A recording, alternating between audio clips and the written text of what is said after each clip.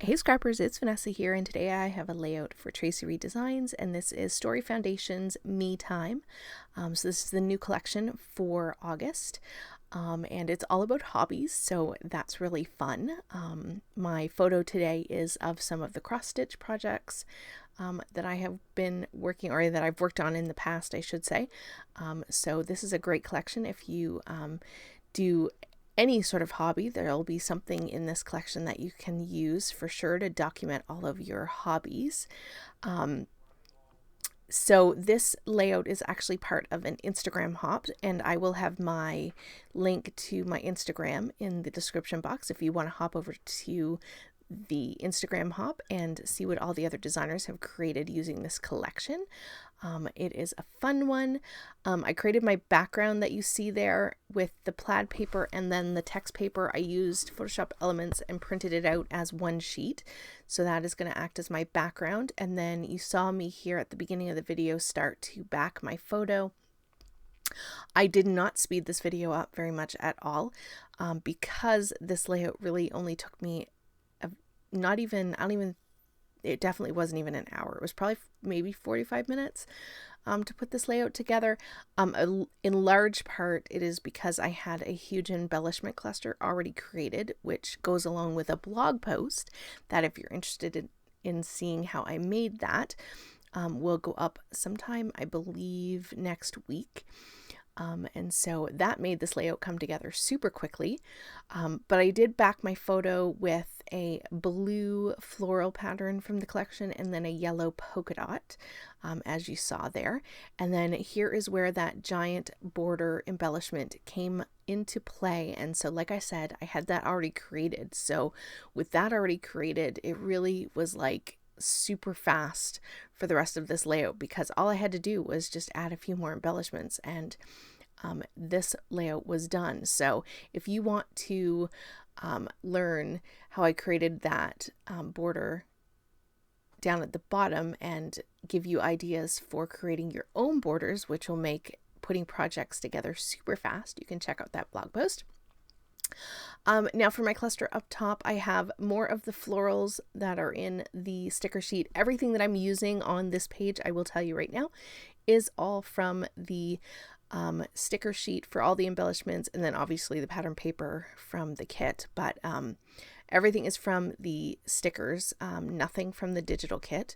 So I have two labels that I have sort of placed up at the top, and then I have a word strip that, unfortunately, I don't have my layout in front of me. I can't read it to you, but you should be able to see it in the still photos. I do have a little circle that says made by me. And then I have some other cross stitching and some yarn. I figured anything that was like sewing and yarn, I was going to use it on this page, because thread, sewing, all of that kind of reminds me of cross stitching, and it all uses threads and needles and all that sort of thing. So I put them all together on this. And so there you see my cluster up there has been created. And so I am going to go off camera now and glue all of this down. So there you see I've got everything glued down, and surprise, off camera I did decide to just do a really subtle detail and a nod to my cross stitching. I just took a needle and pierced the corners, and all four corners, and did about 6 cross stitch pattern to stitch in each of the corners. So I did one off camera so I could show you. I'm going to do the rest when I turn the camera off, and you'll see them in the still photos, but it adds just this little detail to the page and kind of gives that nod to the hobby that I'm documenting.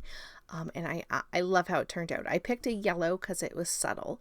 And I didn't want it to be like something that would super stand out, but I do absolutely love the little photo corners, or the feel of the four corners with the kind of photo corner concept done on the page. I do really love that. I did take an alpha stamp from my stash, and I am using these green alphas, and I am just putting the title of homemade. I thought that was appropriate for this. These are definitely homemade, and I thought that kind of worked for a good title. I am going to take some enamel dots and I'm going to place them in the centers of my florals. So that is what you see me doing here. I'm just kind of putting different colors in each of the florals. And at this point, I think I'm done. And I'm just getting ready to like turn off the camera, but then I'm like, okay, is there anything else I want to add? And then I decide again, I cannot read this word strip. I think that one says something about like made by my own two hands or something like that.